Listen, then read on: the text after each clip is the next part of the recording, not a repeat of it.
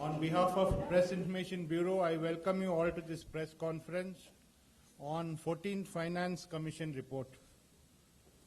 We are privileged and honored to have with us the Honorable Minister of Finance, Corporate Affairs and Information and Broadcasting, Shri Arun Jaitley ji, and Minister of State for Finance, Shri Sinha ji. I extend a warm welcome to you, sirs. My warm welcome to Dr. Arvind Panagaria, Vice Chairman, Niti Ayog, Shri Rajiv Maharshi, Finance Secretary, Shri R.P. Vattal, Secretary Expenditure, Dr. Arvind Subramaniam, Chief Economic Advisor, and also the Honorable Ministers for Commerce and Coal present here. The Honorable Minister will make his opening remarks. Thereafter, he will take a few questions. I request you to kindly switch off your mobile or keep them on silent mode. Now, over to the Honorable Minister. Well, thank you very much for all being here. The subject matter of today's press briefing is in relation to the 14th Finance Commission. The 14th Finance Commission, constituted in 2013, submitted its report on the 15th of December last year. And in accordance with the constitutional provisions, each recommendation has to be implemented for a period of 5 years, and those 5 years start on the 1st of April 2015. The constitutional scheme under Article 280 is that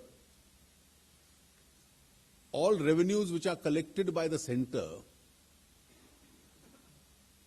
these revenues, or a part of these defined revenues, which is called the divisible pool, is allocated between the centre and the states. Now, each finance commission follows its own criteria. It also lays down its own items of priority. And the 14th Finance Commission report was taken up for consideration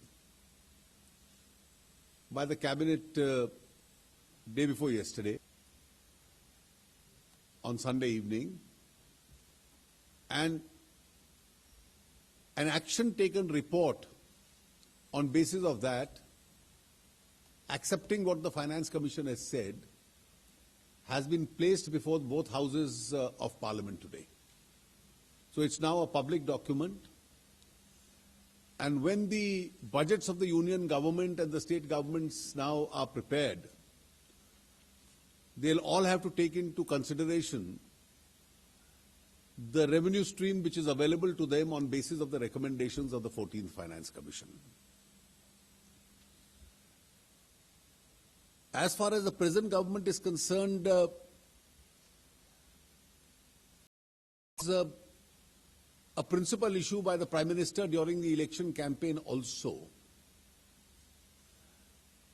that the states can't indefinitely keep looking at New Delhi. And therefore, the states have to gradually become self-sufficient on the strength of their own revenues and what they get from the divisible pools. This entire system of discretionary payments and who to pay, this must completely end. The constitution of the Niti Ayog was also based on the same philosophy, that you cannot have a control and command structure in Delhi which decides the model on which each state must move.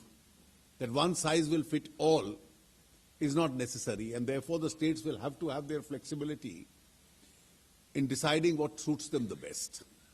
At the same time, there will be also a need for certain national priority items like the centrally sponsored schemes, and therefore those items have also been discussed.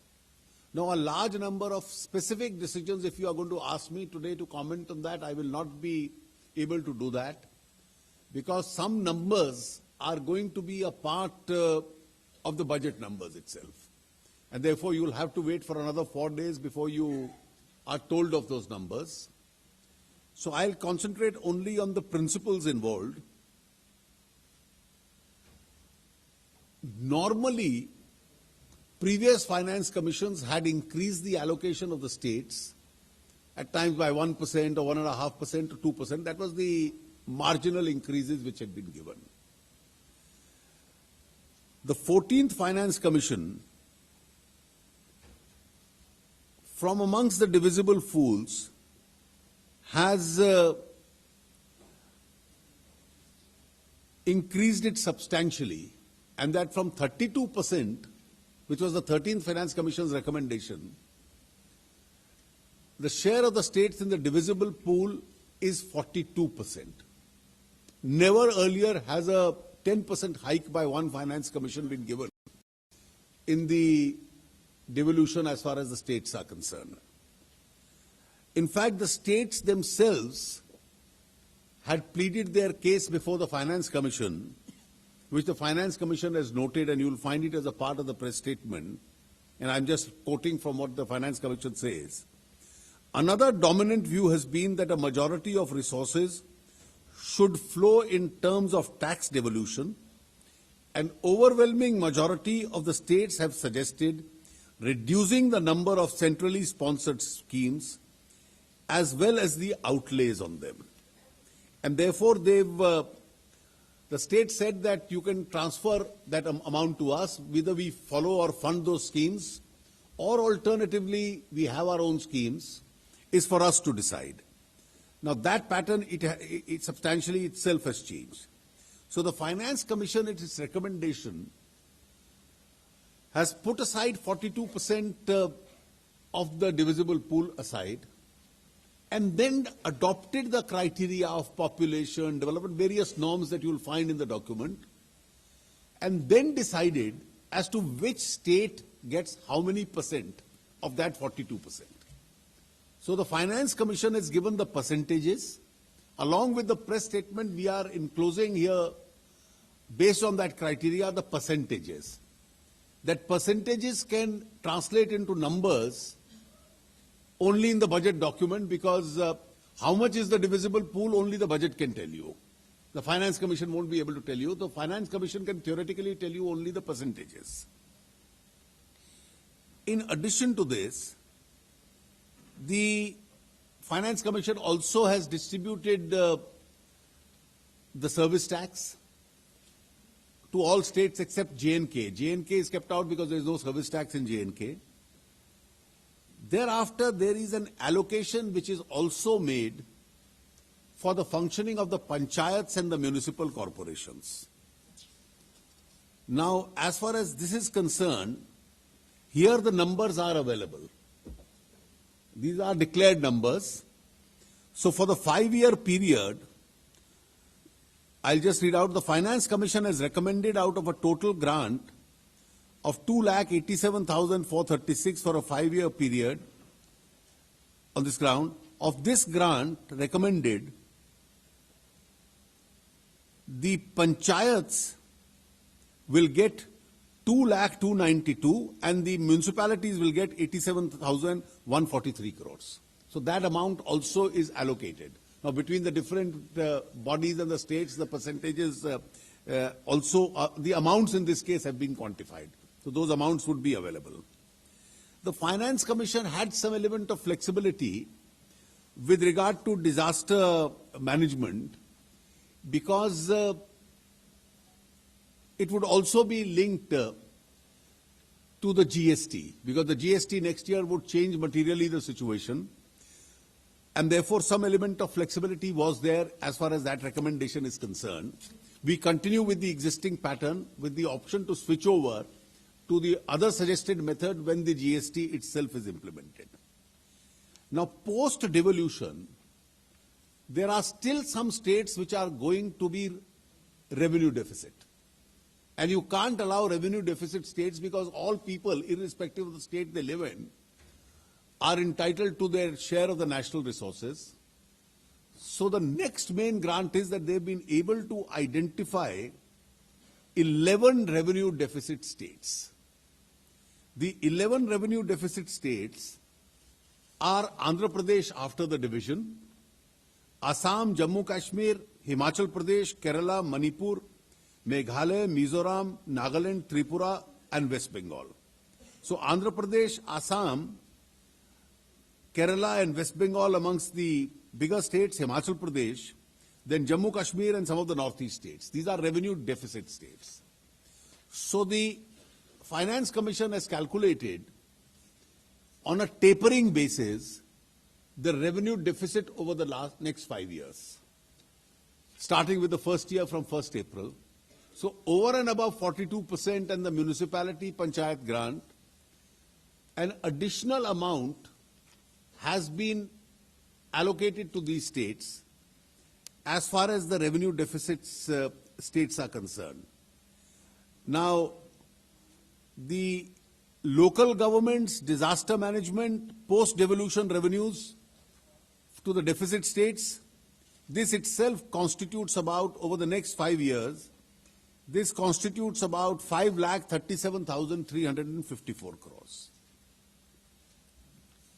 Now, this is broadly the criteria. There are several other recommendations which have been made, which are recommendations in relation to governance and financial governance norms, which you will find in the press statement. We are also annexing to the note the interstate share of the states. The second chart is the share in service tax. The third is the amount given towards rural rural local bodies and urban local bodies. And the last chart is the grant in aid for the revenue deficit states. For instance, in the very first year, starting from 1st April this year, these 11 revenue deficit states will get an amount of rupees 48,906. So that's a substantial amount which are given to these 11 revenue deficit states.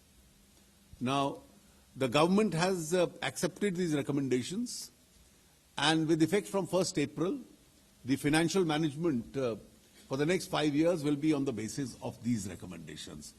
This also demonstrates our commitment to the principle of cooperative federalism that the Prime Minister and the present government have unequivocally stood for. Thank you. The Prime Minister has today written a letter to the Chief Minister of all the states, informing them of this decision of the central government to accept the recommendations of the Finance Commission. And in that letter, he has made several suggestions, how he treats them as a co-equal in this task of national development. Poverty alleviation and infrastructure, amongst others, are priority areas on which this additional resource could be well spent. Now, the letter also will be released to you along with the. We have given. You've already got the letter. The letter also is being given along with the press statement today. Yeah, you will get it. You'll get it in the course of. You'll get it towards the end of the press conference. Thank you. Right. Yeah. Thank you, sir. Thank you. Yes, sir. One minute, one by one. Yeah. Please, let's start with this lady. Yeah. Basically, I mean, we are aware that the budget is around the corner, and you said that, some of the numbers and all, we are not in a position to talk. But broadly, this is a huge outlay, and how do you see this impacting the overall fiscal consolidation roadmap that the government has so far in mind? Would this also in another way be actually pushing up public spend and, hence very positive for the growth numbers? And, what can we expect now going forward in terms of this huge outlay and the rationale behind it, apart from the fact that there is cooperative federalism that the Prime Minister is pushing for? I look at it as a great positive. I look at it as a great positive because I don't subscribe to the view that it is only our job that the national economy must grow and the states have no role. I feel that the states not only have a role, they have a very important role. So if the states and the chief ministers of the states are empowered with additional resources, there is every reason to believe that these monies will also be well spent. They'll be well spent on poverty alleviation, they'll be well spent on infrastructure, and therefore every spending within the territory of India, whether by the central government or the state governments, is going to add to the growth process. And therefore, the central government, let alone grudging the fact that the states have got money, we are very happy that the states have got money. They are also clued in on the ground. And therefore, every state government, irrespective of the party that governs the state, would also be interested in the welfare of its own people. Yeah, that gentleman. Arunji, Speak into the mic.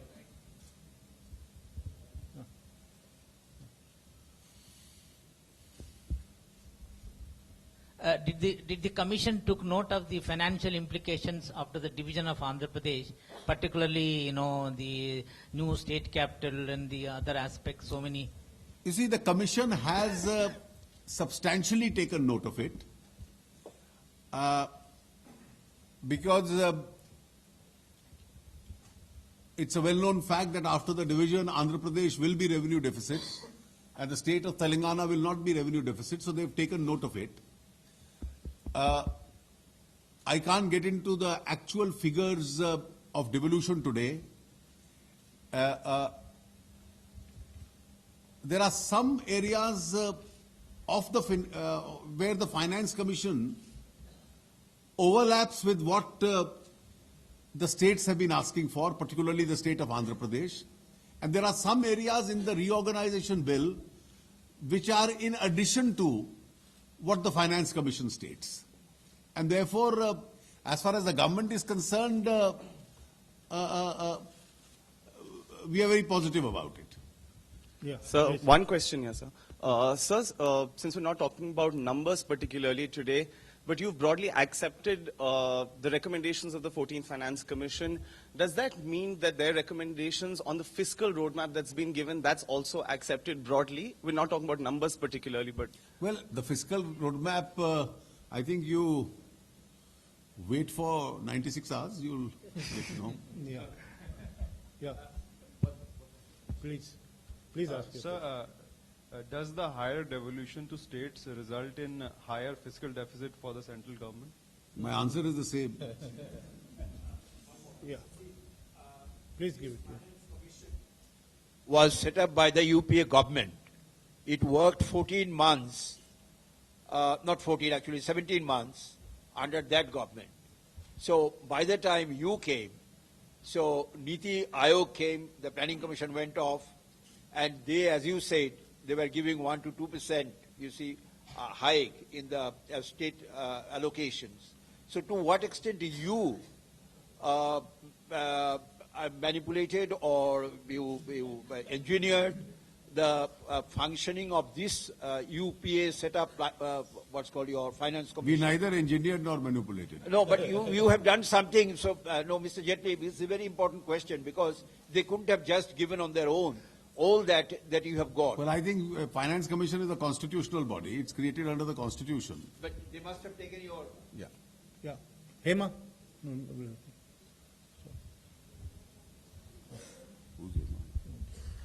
Arunji, social activist Anna Hazare has been saying for the last 2 days that the Prime Minister has gone back on his own commitment towards cooperative federalism by bringing the land acquisition ordinance, and it should be withdrawn immediately. Well, I don't think the subject has anything to do with cooperative federalism. Sisir. On the contrary, when the ordinance had come, I had clearly stated that if some states in the world of both cooperative federalism and competitive federalism wants to decide that it wants to go by the old practice and not by the new law, they are welcome to do so. Sir, Sisir. Yeah. 1 minute. Please hold on. sir, the press release is saying that 30 centrally sponsored schemes have been identified for keeping out of. And now you are saying that only 8 will be kept out in that. If I understand correctly, sir, Niti Aayog, during the meeting of Niti Aayog, one subcommittee of chief ministers was constituted to detail the various centrally sponsored schemes. So after their report, will the number will go up, and which are the schemes? We'll discuss with the chief ministers. I can also tell you that it's in relation to your question that some amount we are going to consider, because the Niti Aayog still will have an important role as far as the Niti Aayog is concerned.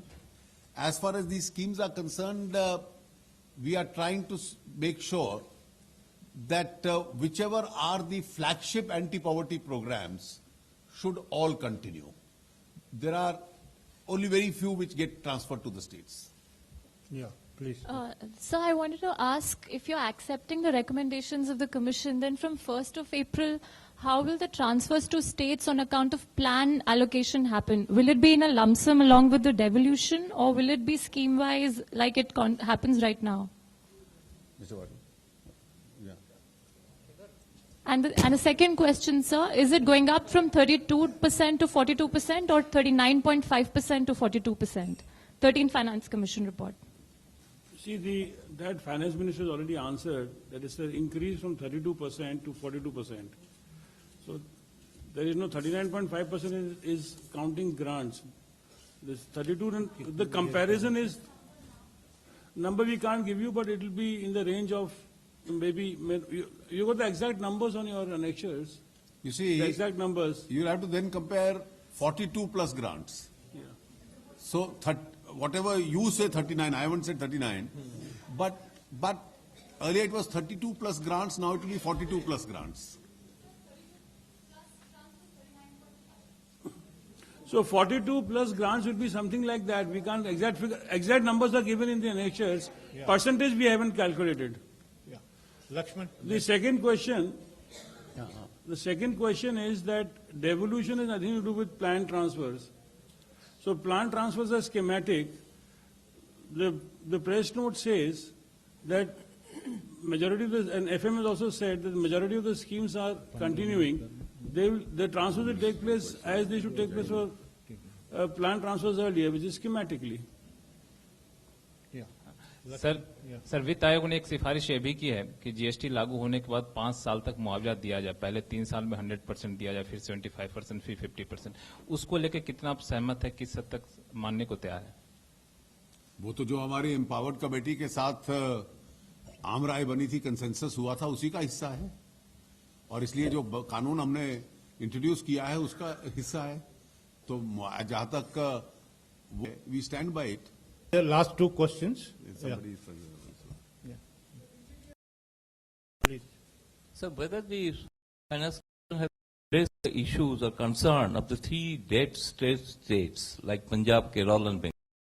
You have addressed Bengal and Kerala, despite increased devolution, will still be revenue deficit. So they are being given a revenue deficit grant.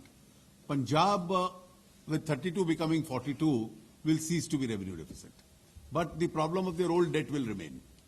Yeah. So what's the broad rationale of winding up the National Investment Fund and also transferring divestment proceeds into the Consolidated Fund of India? If you could explain that, please. That's not a subject today in the press conference. So that's part of the recommendations. So we just wanted to... Okay, the recommendations itself. Okay. These those are, recommendations we'll consider. Yeah. As the press note says, these are other recommendations which will be considered in due course. These recommendations are suggestions, and these suggestions will take a view in due course. Yeah. Last person. Yeah. Sir, can you please elaborate the logic, like basically that the state like Himachal Pradesh is going to get around 40,000 crore over a period of 2015 to 20, compared to Assam state like just getting 3,000 crore? देखिए वो depend करता है कि किस state के कितने, ये तो एक्चुअल फिगर्स पे डिटरमिन होगा ना कि कौन सी स्टेट रेवेन्यू डेफिसिट है, कौन सी नहीं है, तो वो अमाउंट तो रेवेन्यू डेफिसिट के हिसाब से तय होगा. That's really the last question there. ये पॉलिटिकल निर्णय नहीं है, ये आंकड़ों के आधार पे होता है कि आपका बजट कितना, स्टेट का कितना डेफिसिट है. जेटली साहब, please see the grant in aid in revenue deficit states. इसमें आप देखें इन 2017, 2018, 2019 there was no allocation in Assam and West Bengal. nothing has been given to these states in this Because they'll cease to be revenue deficit by that time. That's what the Finance Commission must have presumed. Yeah. Thank you, sir. Thank you. Thank you, friends, for being here.